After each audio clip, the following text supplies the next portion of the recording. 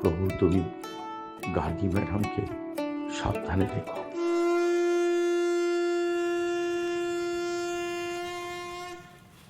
ভগবান স্যার, এতে সবার অ্যাড্রেস লেখা আছে।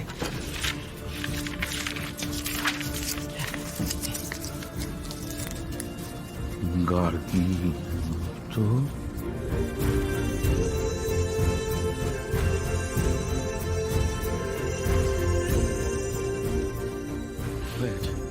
ভগবান স্যার, আপনি বাইরে গিয়ে দাঁড়ান, আমি সব বন্ধ করে আসছি। ঠিক ঠিক ঠিক, আমি বাইরে গিয়ে দাঁড়াই, তুমি বন্ধ করে এসো, তুমি বন্ধ করে এসো।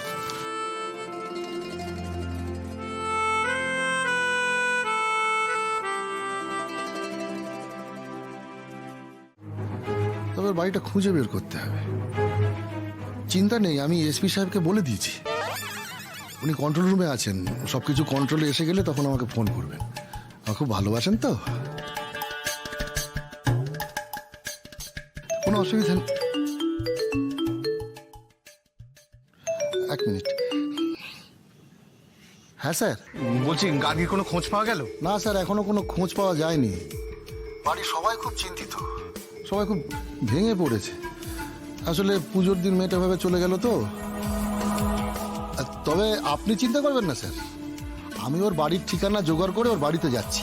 মোট কথা, আজকে রাত্রে আপনি ঠাকুর দেখতে যাবেন। ঠিক আছে। আচ্ছা, আমাকে একটা জিনিস বলো তো, গার্গীর না ফেরার সঙ্গে এসপির ঠাকুর দেখা না দেখার কি সম্পর্ক?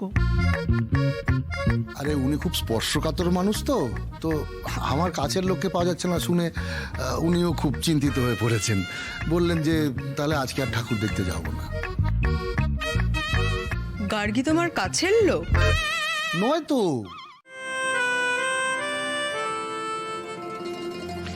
হারানোর পরিমাণটাও তো কম নয় প্রভু।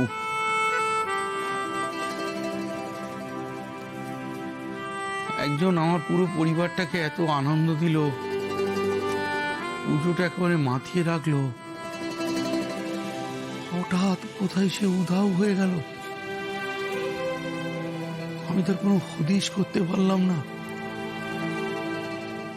আমার পরিবারের লোকগুলোর মুখের দিকে তাকান, শোকে দুঃখে মুখগুলোর দিকে তাকানো যাচ্ছে না। আমরা ভালো নেই প্রভু।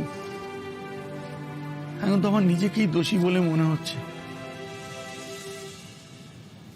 আমি যদি ওকে এখানে আসতে বারণ করতাম তাহলে তো এসব কাণ্ড ঘটতো না। কখনো কখনো এগুলো তাকে ভাসিয়ে নিয়ে যায়, আবার এটাও সত্যি এগুলো সব ক্ষণিকের। বিপর্যয় কেটে গেলে আবার সে মাথা উঁচু করে দাঁড়ায়, ফিরে আসে আপনজনের কাছে ভালোবাসার খোঁজে।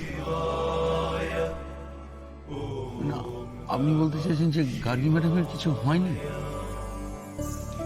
নিজের মনকে জিজ্ঞেস করো ভগবান দাস, তোমার মন যেটা বলবে সেটাই সত্যি। আজ তোমার মনই হবে তোমার আয়না।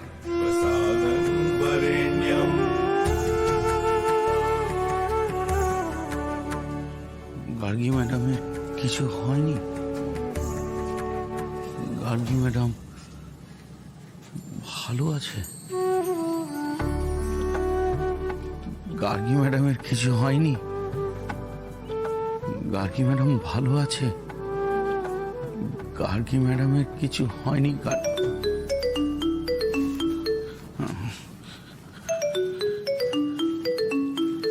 হ্যালো, সরি ভগবান দা, আমি আজকে আসতে পারলাম না। আসলে আমি কিছু কাজে আটকে পড়েছিলাম।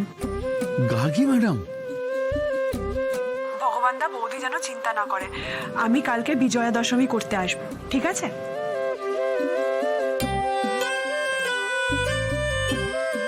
মহাদেব কেবল সংকট মোচনের দেবতা নয়, মহাদেব জীবন পথের সারথি, পথপ্রদর্শক। যার অন্তরে মহাদেবের বাস, কোন শক্তি, কোন শত্রু, কোন সংকট তাকে ভাঙতে পারবে না। ওর কিছু হয়নি, হ্যাঁ, ও কালকে আসবে। বাহ, ওই বাবা, হ্যাঁ, জয় মা মা মা। আচ্ছা গার্গী, আমি সবাইকে বলে দিয়েছি, আমাকে দাও, আমি কথা ও বলবো। আচ্ছা, কথা বলো, কথা বলো। হ্যালো। কি ভেবেছো কি তুমি? হ্যাঁ, একা আছো বলে যা ইচ্ছে তাই করতে পারো? কেউ কিচ্ছু বলার নেই তোমায়? বৌদি আমার কথাটা শোনো। আমি তোমার কোনো কথা শুনবো না। যা বলার কালকে তুমি নিজে বাড়িতে এসে বলবে। তুমি জানো আজকে সারাদিন তোমার দাদা তোমাকে খুঁজে বেরিয়েছে, এই একটু আগে ফিরলো।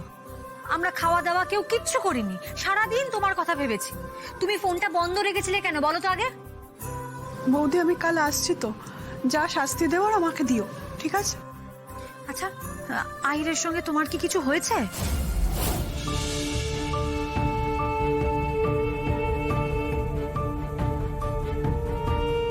না বৌদি, উনি খুব ভালো মানুষ।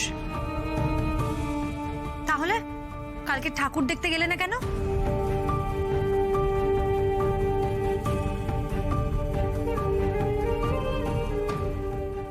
দিদি, আমি এবার বেরোবো, তুমি ওই ঘরে গিয়ে বসো। আসছি। বৌদি আমি এখন রাখছি। আহিরের কথা জিজ্ঞেস করতে ফোনটা এরকম তড়িঘড়ি কেটে দিল কেন? তাহলে কি সত্যি ওদের মধ্যে কোনো ঝামেলা হয়েছে? বাবা, গার্গীর খবরটা পাওয়া গেল? দাও ফোন দাও। ওফ, এত টেনশনের মধ্যে ফেলে দিয়েছিল না।